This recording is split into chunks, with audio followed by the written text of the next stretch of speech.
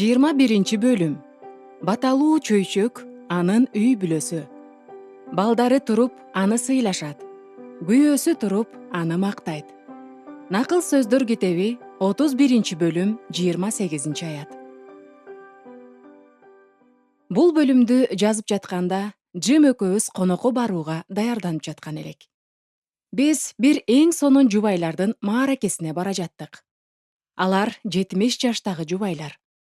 Майрамды алардын уул кыздары уюштуруп жатышкан эле. Бул алардын баш кошконуна 50 жылдык майрам эмес эле. Же ардактуу эс алууга чыккандыгынын майрамы дагы эмес эле. Туулган күнү да эмес болчу. Чакыруу баракчасында жөн гана урмат сый көрсөтүү үчүн уюштурулган майрам экендиги жазылып турду. Кандай сонун ой, чынбы? Эми менин сонун курбум. Бул бөлүмдө сөз урмат сый көрсөтүү жөнүндө болмокчу. Мындан мурунку 20 бөлүм бою биз эненин уулуна, Теңирдин көз карашындагы сулуу аялды кандайча сүрөттөгөнү жөнүндө угуп келдик. Биз чогуу анын укмуштуу сонун сапаттарын, аракетчилдигин, оор эмгектенгенин, эрте турганын, мыкты даярдыгын, ишмер рухун, кубаттаган сөздөрүн, сүйүктүү адамдар үчүн болгон кам көрүүсүн, жана аларга көз салуусун, үй бүлөсүнүн мүлкүн көбөйтүүнү каалоосун карап чыктык. Сүйүү менен жетеленген, Кудайдан корккон сулуу аял өзүнүн өмүрүн үй бүлөсүнө арнагандыгына кубанат. Бул чындап эле сейрек кездешчү сулуулук. Накыл сөздөр китеби 31 бөлүм 10 аят. Мына эми биз анын урматына уюшулган майрам жөнүндө угуп жатабыз. Кудайдын көз карашындагы бул сулуу аял өзүнүн эң жогорку сыйлыгын шаардын элинен, жыйындан, жумушундагы шериктеринен же кошуналарынан алган жок. Анын батага толгон чөйчөгү ал өзүн арнап кам көргөн жакындарынан келип жатат. Аны эң жакшы билген адамдардан келип жатат. Ал аркылуу өмүргө ээ болгон жана анын күнүмдүк эмгегинин жана сүйүүсүнүн жемишинен таткан адамдардан, анын үй бүлөсүнөн келип жатат. Ошондуктан келиңиз, анын балдарынын ага арнаган мактоо сөздөрүн угуп көрөлү. Баталуу эне. Накыл сөздөр мындай деп жарыялап жатат. Балдары туруп аны сыйлашат. Күйөөсү туруп аны мактайт. Биз аларды көргөн жокпуз. Алар менен жолуккан эмеспиз. Бирок биз бир нерсени билебиз. Алардын уйкудан ойгоноор замат бир үн менен энесине мактоо ырын ырдап жатышат. Котормолордун биринде алар эртең менен турушат. Бардыгы сонун болуп даярдалганын көрүп, балдары ага ыраазычылык айтышат, деп жазылганын окуган элем.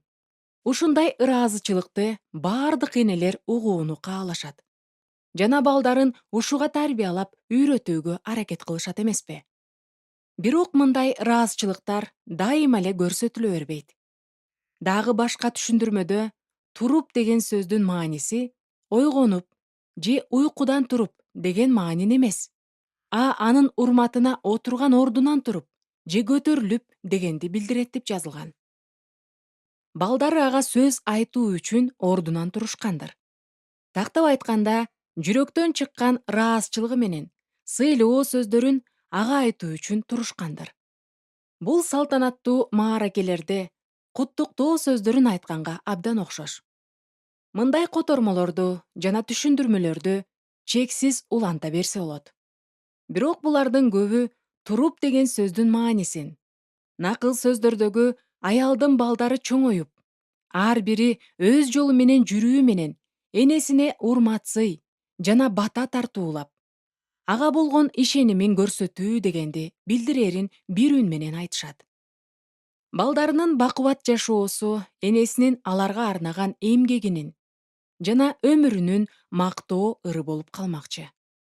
Менин баталуу курбум, бул сөздүн мааниси кандай болбосун, бир нерсе анык экенин билебиз. Накыл сөздөрдүн 31 бөлүмүндөгү аялдын балдары ага эң жогорку сыйлыкты арнап жатышат. Алар аны эң сонун сөздөр менен мактап жатышат. Алар ага чын жүрөктөн ыраазы болуп, анын кылган жакшы иштеринин жемишинен татып жатышат. Ал эми энеси болсо балдарына кылган жакшылыгынын үзүрүн көрүп кубанып жатат. Жогоруда айтып кеткендей, балдары аны эң сонун сөздөр менен мактагандыгы үчүн ал баталуу. Балдарынын чын жүрөктөн чыккан ыраазчылык сөздөрү, алардын адил жашоосу энесин бакытка бөлөйт жана анын чөйчөгү батага ашыгы менен толуп турат. Мен да балдарымдын турушун каалайм. Жөн гана алар да адил жана такыба жашоо менен жашашын каалайм. Анткени ушул нерсе менен менин жүрөгүм жана жан дүйнөм текшерилет эмеспи? Бул сыйынуу убактысы. Үй бүлөмө бата алып келе турган энелик сүйүүнүн негизги элементтерин түшүнүүмө жардам берет. Мунун баары жүрөктө катылган, эненин жүрөгүндө, сиздин жүрөгүңүздө катылган сүйүү менен кичинекей балдарыңызды, бой жетип чоңойгон балдарыңызды, улгайган жана өздөрү чоң ата, чоң энеге айланган балдарыңызды сүйүү дегенди билдирет. Биринчи эң маанилүүсү энелик кам көрүү. Ар бир эне күн сайын сүйүү менен балдарына кам көрөт. Аларга тамак берет, кийиндирет, эс алдырат. Ашканада илинген белгилүү сүрөттө бул жерде 3 маал көрсөтүлүп жаткан кызматка ыраазы болуп суктан деп үйрөтөт. Бул балдарына болгон эненин кам көрүүсүнүн эң сонун келечеги. Эгерде биз накыл сөздөрдүн 31 бөлүмүндөгү аялдын изи менен жүрсөк, ал балдарына эң жакшы кам көрөт. Эне күндүн жарымынын көбүн сүйүктүү адамдарына тамак бышыруу жана кийимдерин даярдоо менен өткөрөт. Анын чатыры бир эле жылуу үйдү тартуулабастан, сүйүү да тартуулайт. Анын мүнөзүндө ачуулануу жана үндү бийик көтөрүү деген жок. Ошондуктан анын үйү баш калкалаар жай. Анын үй бүлөсү ал жерден тынчтана алган жана эс алуудан ырахат алат. Ал күн сайын үй бүлөсүнө кам көрүү чөйчөгүн сунуп турат. Энелик кам көрүү убакытты талап кылат. Мүнөт сайын ар бир көз ирмемде өмүрүбүздүн акырына чейин биз балдарыбыз жөнүндө кам көрөбүз. Алар канча жашта болбосун, биз аларга кам көрүшүбүз керек. Алар бөбөк кезинде биз аларга көп убакыт бөлүүбүзгө муктаж.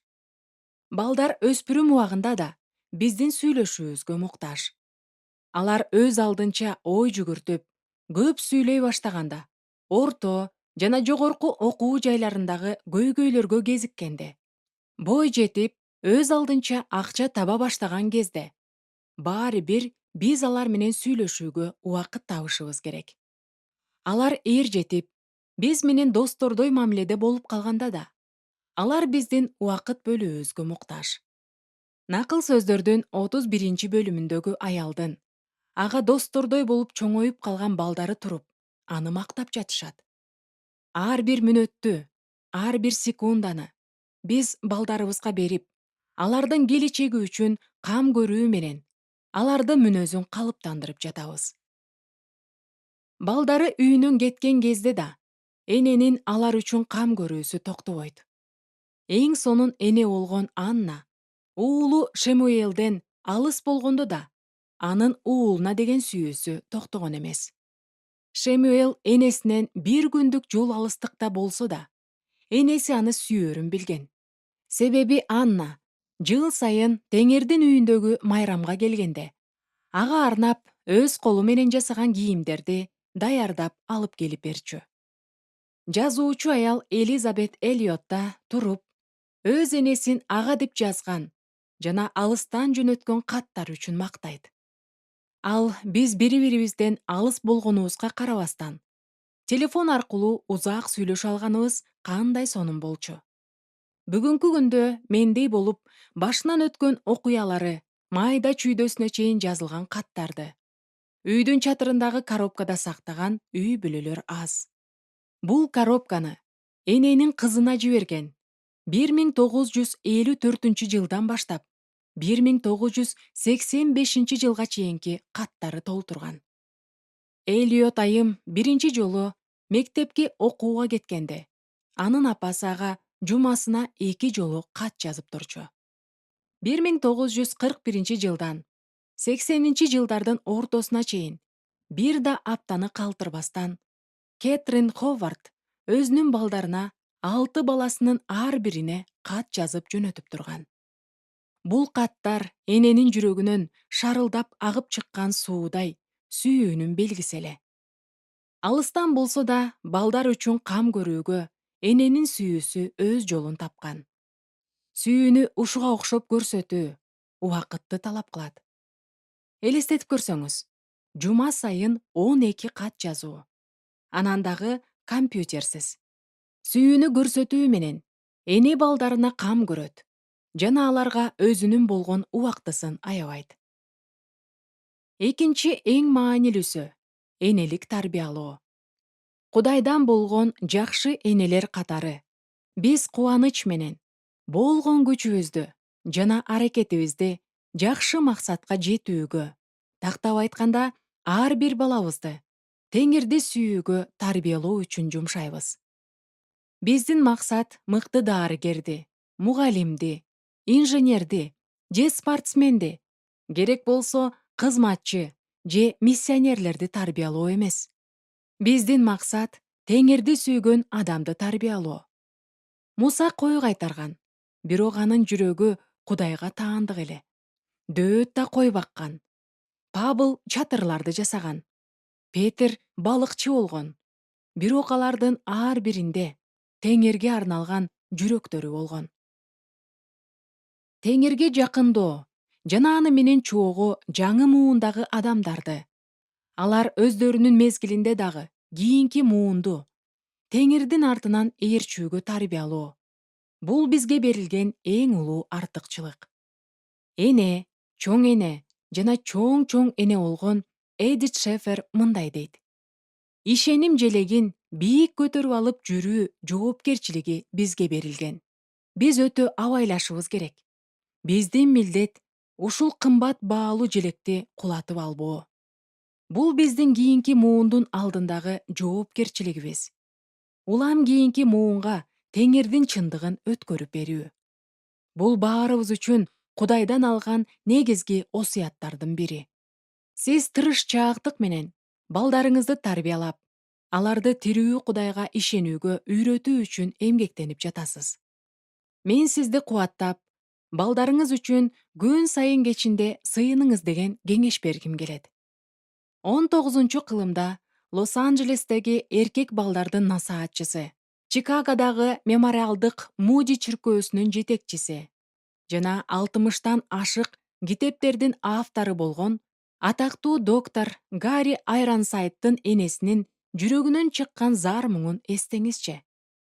Ар бир кечте анын энеси София баласын уктатып жатып: «Атаке, менин уулумду эртерээк куткарып калчы. Сенден башка эч нерсеге өмүрүн арнабаса экен. О атаке, Ыйсанын азап тартканындай азап тартууну, уят болууну, сабалууну жана жазаланууну же ушуга окшогон жазаларды кабыл алууну уулум кабыл алса экен. Сен өзүң ага үйрөтчү» деген сыйынуусун Теңирдин алдына төккөн. Айронсайд айымдын уулуна болгон баардык каалоосу жана кыялы бир гана нерсе болгон: анын Теңирди сүйүүсү. Үчүнчү эң маанилүүсү — энелик пландар. 31-бөлүмдөгү мыкты эне өз ишинин өнүгүүсүн пландаштырат. Биз да ошондой пландаштыруубуз керек. Биздин аракетибиздин акыркы натыйжасы дайыма Кудайдын колунда. Бирок күнүмдүк жасалуучу иш биздин колубузда. Ошондуктан мен үй бүлөмө дайыма эмнени каалаганымды жана аны кандайча пландаштырганымды сиз менен бөлүшкүм келет. Менин жүрөгүмдүн каалоосу сыяктуу улуу максаттар пландаштыруусуз, ага даярдыксыз эч качан ишке аша албайт. Биринчиден, эң негизгиси, менин үйүмдө ар дайым Кудайдын бар болуусун каалайм. Бул өзүңүздүн жүрөгүңүздү Теңирге ачып, анын сөзүн биринчи орунга коюп, анын көз алдындагы сулуу аял болууга умтулуу үчүн сыйынуу дегенди билдирет. Менин үйүмдө үй чарбамды башкаруумда жана менин үй бүлөм менен болгон мамилемде Кудайдын бар болуусун көрсөтүү үчүн ал менин жүрөгүмдө жашашы керек. Мен жаш эне катары каалаган нерсем бул мендеги Ыйса Машаякка болгон ишенимимди балдарыма өткөрүп берүү. Мында да пландаштыруу жардам берет. Мен жыйынга үзгүлтүксүз баруу менен бирге кыздарым менен да күн сайын маектешүүнү пландаштырам. Мен сыйынууларымда да Теңир жөнүндө сүйлөшүүнү пландаштырчумун. Жана Теңирден кыздарыма ал жөнүндө айтып берүүгө мүмкүнчүлүк берүүсүн суранчумун. Менин планыма Кэтрин менен Кортнини, ишенимибиз бир болгон адамдар менен курчоо да кирген. Ишенесизби же жокпу? Өзүңүз билиңиз. Бирок мен алар үчүн үзгүлтүксүз сыйынуумду да пландаштырчумун. Мен кыздарымды уйкуга жаткыруунун расмисин да пландаштырып, аларга окуп бере турган ыйык жазуудан алынган окуяларды жана китептерди тандап койчумун. Ыйса Машаякка болгон ишенимди балдарга өткөрүп берүүдө пландаштыруу пайдалуу экендигинен шектенбеңиз. Үйдөгү жагымдуу маанай бактылуу эскерүүлөрдө калтырат эмеспи? Мен да үй бүлөмдү келечекте коштоп жүргөн жылуу маанайды жана жагымдуу эскерүүлөрдү жаратууну каалачумун. Ошондуктан муну да пландаштырчумун. Мен кандай тамак бышыруу керектигин жана дастаркондо кандай жасалгылашым керектигин да пландаштырчумун. Мен буларды абдан кооз жасагам. Мен үйдү иреттөөнү жана үйдөгү жумушумду, кир жууну, кийимдерге кам көрүүнү пландаштырып, үйдөгү маанай тынчтыкта болуусу үчүн бардык аракетимди жумшачумун. Мен үйдөгү жашоо көңүлдүү болушу үчүн сюрприздерди дагы пландаштырчумун. Бардык пландарга мен абдан көп аракетимди сарптачумун. Эсиңизде болсун, эч кандай искусство чыгармасы шалаакылык менен жаралбайт. Бардык чыгармалар пландаштырууну жана ой жүгүртүүнү талап кылат. Ошондон кийин гана үй деп аталган чыгарма жаралат. Мен кыздарым менен достук мамилемди өрчүткүм келет. Ошондуктан мен муну да пландаштырам. Менин планымда мен сүйлөй турган сөздөрүм, бардык суроолорум жана сүйүүмдү көрсөткүм келген ыкмалардын баары камтылган. Мунун ичинде өзгөчө белектер, боорукердик жана сүйүүмдү көрсөткүм келген менин иштерим да кирет. Мен сейилдөөлөрдү, каникулдарды, Рождествону, Пасахты жана бардык майрамдар менен туулган күндөрдү пландаштырчумун. Пландаштыруунун башка түрү бул достук мамилени бекемдөө пландары. Сиздеги болгон бош убактыңызды колдонуңуз. Мисалы, качан сиздин балаңыз мектептен шашып келип, кийимин алмаштырган соң кайрадан ийримдерге же машыгууларга кетип жатат. Сизде аны менен сүйлөшүүгө бир нече гана мүнөт убактыңыз бар. Ушул чечүүчү убакыттарды сөзсүз пландаштырыңыз. Сиздин убактыңыз жок болсо, сиздин балдарыңыз да бош эмес болсо, баары бир алар үйдөн чыкканга чейин сизде тамактанууга кеткен бир нече мүнөтүңүз бар. Ушул мүнөттөрдү да пландаштырыңыз. Же болбосо, эгерде сиз өзүңүздүн же өгөй балдарыңыз менен, же неберелериңиз менен бир эки күн гана чогуу болсоңуз, бул күндөрдү да сүйүү менен толтурууну пландаштырыңыз. Ар бир мүнөттү, саатты жана күндү балдарыңызга арналган бата менен толтуруңуз. Кэтрин да, Кортни да турмушка чыгышкан. Бирок мен алар менен жана алардын күйөөлөрү менен мамилелешүүнү улантып келем. Бирок муну да мен пландаштырам. Мен күйөөгө тийген кыздарыма электрондук каттарды жиберем. Алар үчүн жана алардын үй бүлөлөрү үчүн сыйынам. Үй тиричилигине керек болгон анча чоң эмес белектерди берем. Аларга барып турам. Майрамдарды алар менен чогуу өткөрөм. Мунун баарын мен пландаштырам. Кээде алардын тынчын албоом үчүн аларга телефон чалбоону да пландаштырам.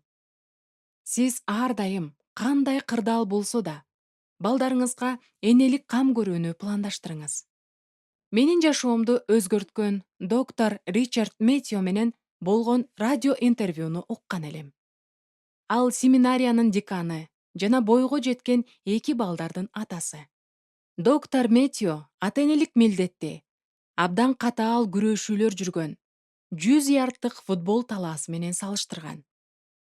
Анын айтымында кээ бир ата энелер балдарын мектептин жатаканасына чейин жеткирип, унаасынын эшигин ачып, балдарын чыгарып, аларга кол булгалап, мына биз сага керектүүнүн баарын үйрөттүк. Эми бар да ошону ишке ашыр дешет. Андан кийин кээ бир ата энелер 16 жаштагы өспүрүм балдарына унаанын ачкычын беришет. Алар жолдун четинде туруп алышып, кол булгалап, жакшы, сен эми өз алдынчасың. Сен унаа айдаганды билесиң. Сен жумуш кылып акча табууга жарап калдың. Жана сен эмне кылышты билесиң да. Эми бара кой, бактылуу бол, дешет. Анан дагы кээ бир ата энелер бар. Алар өздөрүнүн калыптанып жаткан балдарына мектепти аяктагандан кийин да кам көрүп келишет.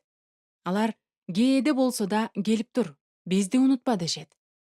Доктор Метью балаңыз менен чоогу чуркаган маанилүү. Өзгөчө 95 ярд линиясында, ал эми максатыңыз 100 ярд болсо, бул 18 жаштан 25 жашка чейинки балдар экенин баса белгилейт. Ал футбол талаасындагы бул оюнда кездешкен чыныгы коркунучтуу абалдарды, күрөшүүнү, кыйкырыктарды жана жеңишке жетүү үчүн финалдык 5 ярдтын ар бир дюймундагы кыйналууларды сүрөттөйт. Акыркы калган 5 ярд бул акыркы 5 жыл дегенди билдирерин ал акылмандык менен баса белгилейт. Ушул акыркы 5 жылда сиздин балаңыз кесип тандайт жана өзүнө түгөй табат.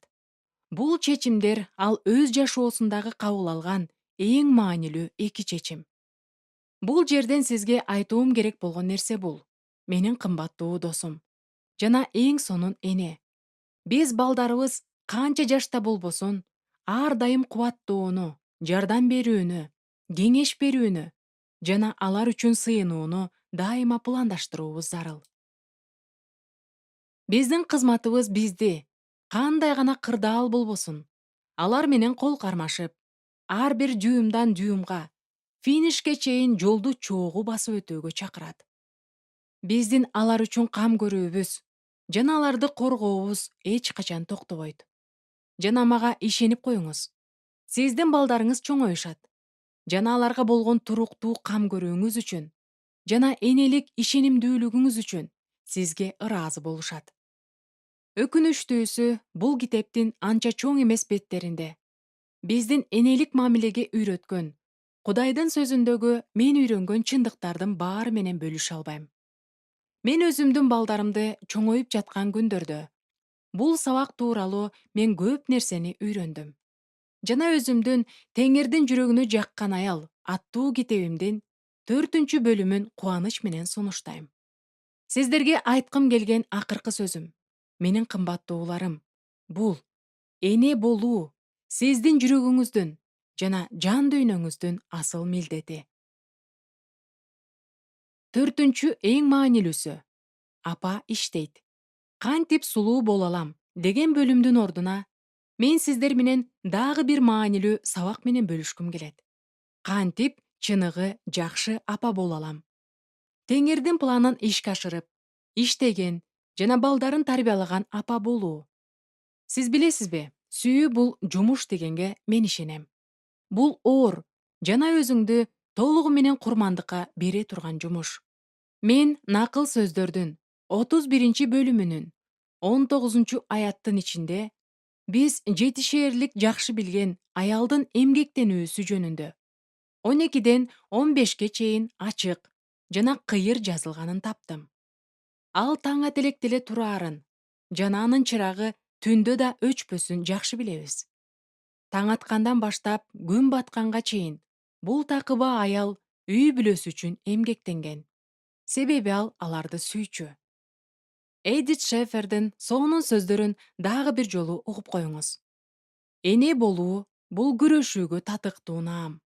Муну карьера деп атоого да болбойт. Муну оор жумуш деп атоого татыктуу. Эне болуу жердеги бар болгон иштердин эң эле кыйыны. Энелик сүйүү чексиз, ал түбөлүктүү. Эми көңүлүңүздү буруп карап чыгыңызчы. Сиздин энелик эмгегиңиз эмне менен аяктайт экендигин. Эне өз балдарын сүйөт. Эмгек сиздин сүйүүңүздү кыймылга келтирет. Эне өз балдары үчүн кам көрөт. Эмгек сиздин кам көрүүңүздү көзгө көрүнүктүү кылат. Эне анын балдары Ыйса Машаякты таануусун каалайт. Эмгек сиздин буттарыңызды теңирге жетелейт.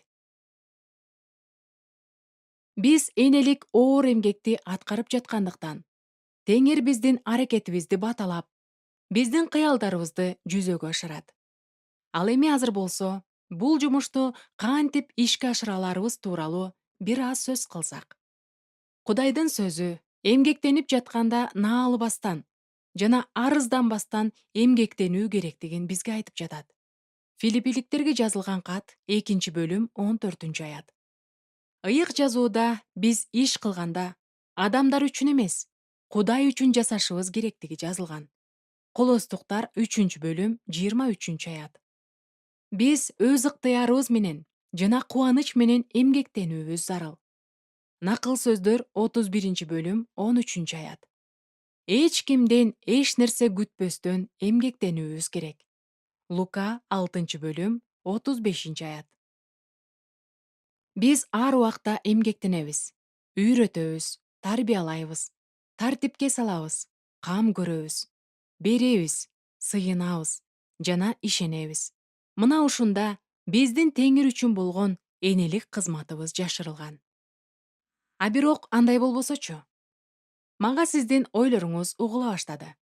Балам менин руханий жана денелик жашоодогу тажрыйбама баш ийгиси келбей жатсачы, анда эмне болот?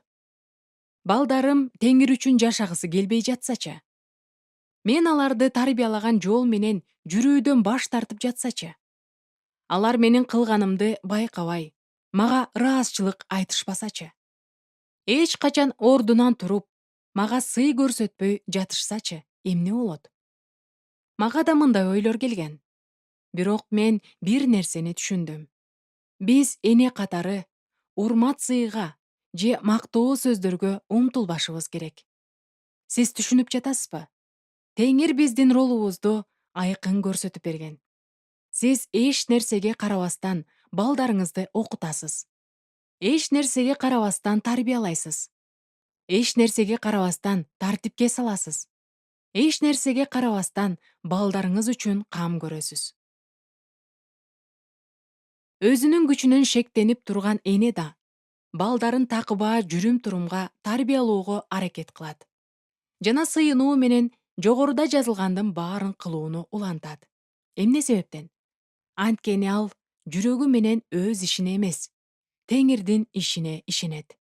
Ошондуктан эне бүт жүрөгү менен, эч нерсеге карабастан, Теңирдин ага берген тапшырмасын аткарууну улантат. Сыйынуу менен ал өзүнүн эмгегин Теңирдин боорукер, акылдуу жана күчтүү колдоруна берет. Сиздин энелик эмгегиңиз бул Кудайдын планы менен иш кылуу. Ал эми Теңирдин иши өзүнүн даңкы үчүн бардыгын бириктирүү. Жана сиздин балдарыңыздын эле эмес, сиздин да жашооңуздагы анын жеткилең жана жакшы ойлору эмне экендигин көрсөтүү. Эне өзү кызмат кылган, Теңирге баш ийүү жана ишенүү менен балдарын көтөрөт. Сулуулукка чакыруу. Мен терең урматтоо менен эне жөнүндөгү темага кол тийгиздим. Мендеги сезимдер сиздин ичиңизде да ушул наам үчүн күрөшүүгө каалоо салат деп үмүттөнөм жана сиз үчүн сыйынам. Шефер айым эң сонун сөздөрдү айткан.